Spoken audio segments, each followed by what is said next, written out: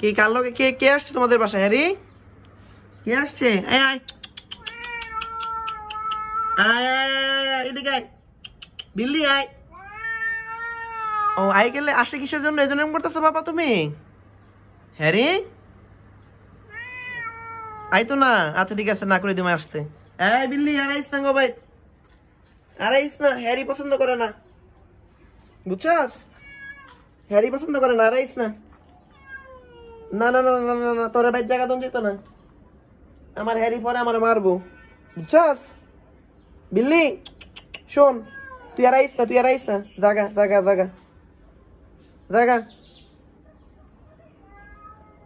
তুই দেখছস হ্যারি বকতাছে? বিল্লি জাগা জাগা জাগা জাগা। হ্যারি হ্যারি তোর পরে মার দেবো কিন্তু।